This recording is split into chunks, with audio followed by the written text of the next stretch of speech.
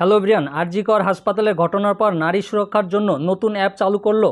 বিভিন্ন জায়গায় কর্মরত মহিলাদের সুরক্ষার জন্য অ্যাপ চালু করলো সরকার। যে কোনো বিপদে আপনারা সাহায্য চাইতে পারবেন। অ্যাপের নাম কি, কোথায় পাবেন, কিভাবে কাজ করবে অ্যাপ, আমি সম্পূর্ণ আলোচনা করব। আপনারা শেষ পর্যন্ত দেখবেন। দেখার আগে যারা নতুন আছেন চ্যানেলটাকে সাবস্ক্রাইব করে দেবেন, আর যারা ফেসবুক থেকে দেখবেন অবশ্যই পেজটাকে ফলো করবেন। কি বলেছে দেখুন, আরজিকর কাণ্ডের জের রাতে মহিলাদের সুরক্ষা নিশ্চিত করতে কঠোর পদক্ষেপ করলেন মুখ্যমন্ত্রী মমতা বন্দ্যোপাধ্যায়। রাত্রিরের সাথী কর্মসূচি ঘোষণা করল রাজ্য সরকার। এই কর্মসূচির মাধ্যমে হাসপাতাল, মেডিকেল কলেজ, হোস্টেল সহ অন্যান্য জায়গায় কর্মরত মহিলাদের সুরক্ষা সুনিশ্চিত করবে রাজ্য। রাত্রিরের সাথী কর্মসূচি চালু হয়েছে, সেখানে বিভিন্ন জায়গায় মহিলারা কর্মরত থাকলে তাদের সুরক্ষার জন্য সেটা চালু করেছে রাজ্য সরকার। আর সেই লক্ষ্যে একগুচ্ছ পদক্ষেপ পাশাপাশি একটি বিশেষ অ্যাপ চালু করতে চলেছে রাজ্য সরকার, যাতে একটি অ্যালার্ম থাকবে। বিপদে পড়লে ওই অ্যাপের মাধ্যমে অ্যালার্ম বাজিয়ে সাহায্য চাওয়া হবে নিকটবর্তী থানা থেকে। অ্যাপের নামও দেওয়া হবে রাত্রিরের সাথী। সেই সঙ্গে যে কোনো আপৎকালীন পরিস্থিতিতে 100 ডায়ালের ব্যবহারে জোর দেওয়া হয়েছে রাজ্যের তরফে।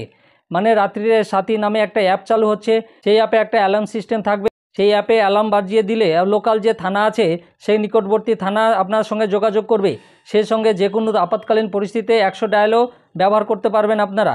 রাজ্য সরকার সিদ্ধান্ত নিয়েছে এখন থেকে রাজ্যের হাসপাতালগুলিতে সমানুপাতিক হারে মহিলা ও পুরুষ নিরাপত্তা রক্ষী মোতায়েন রাখা হবে। নিরাপত্তা রক্ষী নিযুক্ত করার দায়িত্বে থাকবে পুলিশ। পুলিশকে প্রতিটি হাসপাতালে নাইট পেট্রোলিং নিশ্চিত করার নির্দেশ দিয়েছে রাজ্য। হাসপাতালে কর্মরত প্রত্যেককে সবসময় সচিত্র পরিচয়পত্র পরে থাকা বাধ্যতামূলক করা হয়েছে। সরকারি অফিসের পাশাপাশি বেসরকারি সংস্থাতেও এই রাত্রিরের সাথী প্রোটোকল মেনে চলার আর্জি জানা হয়েছে রাজ্যের তরফে। মহিলা কর্মীদের নাইট ডিউটি যতটা সম্ভব এড়ানোর কথা বলা হয়েছে রাজ্যের তরফে। শনিবার মুখ্য সচিব ভগবতী প্রসাদ গোপালিকা, স্বরাষ্ট্র সচিব নন্দিনী চক্রবর্তী ও স্বাস্থ্য সচিব নারায়ণ স্বরূপ নিগম সহ পদস্থ আধিকারিকদের নিয়ে বৈঠক করেন মুখ্যমন্ত্রী। সেই বৈঠকে সিদ্ধান্ত হয় রাত্রিরের সাথী নিয়ে একটি উচ্চ পর্যায়ের বৈঠক হয়। মুখ্যমন্ত্রী মমতা বন্দ্যোপাধ্যায় ফোনের মাধ্যমে সেই বৈঠকে অংশ নেন। বৈঠকের পর মুখ্যমন্ত্রীর মুখ্য উপদেষ্টা আলোপন বন্দ্যোপাধ্যায় সাংবাদিকদের জানান, মহিলাদের সুরক্ষা নিশ্চিত করতে এই কর্মসূচি গ্রহণ করল রাজ্য সরকার। এ আওতায় রাজ্যের হাসপাতালগুলিতে মহিলা কর্মী, আধিকারিক এবং চিকিৎসকদের জন্য পৃথক রেস্টরুম এবং শৌচাগারের সুবিধা নিশ্চিত করা হবে। রাত্রের বেলা হাসপাতাল পাহারায় থাকবেন রাত্রিরের সাথীর বিশেষ মহিলা ভলেন্টিয়াররা। সিসিটিভি কভারেজের মাধ্যমে মহিলাদের জন্য সেফ জোন চিহ্নিত করা থাকবে। হাসপাতালের সুরক্ষা নিশ্চিত করতে ব্রেথ অ্যানালাইজার পরীক্ষা চালু হবে।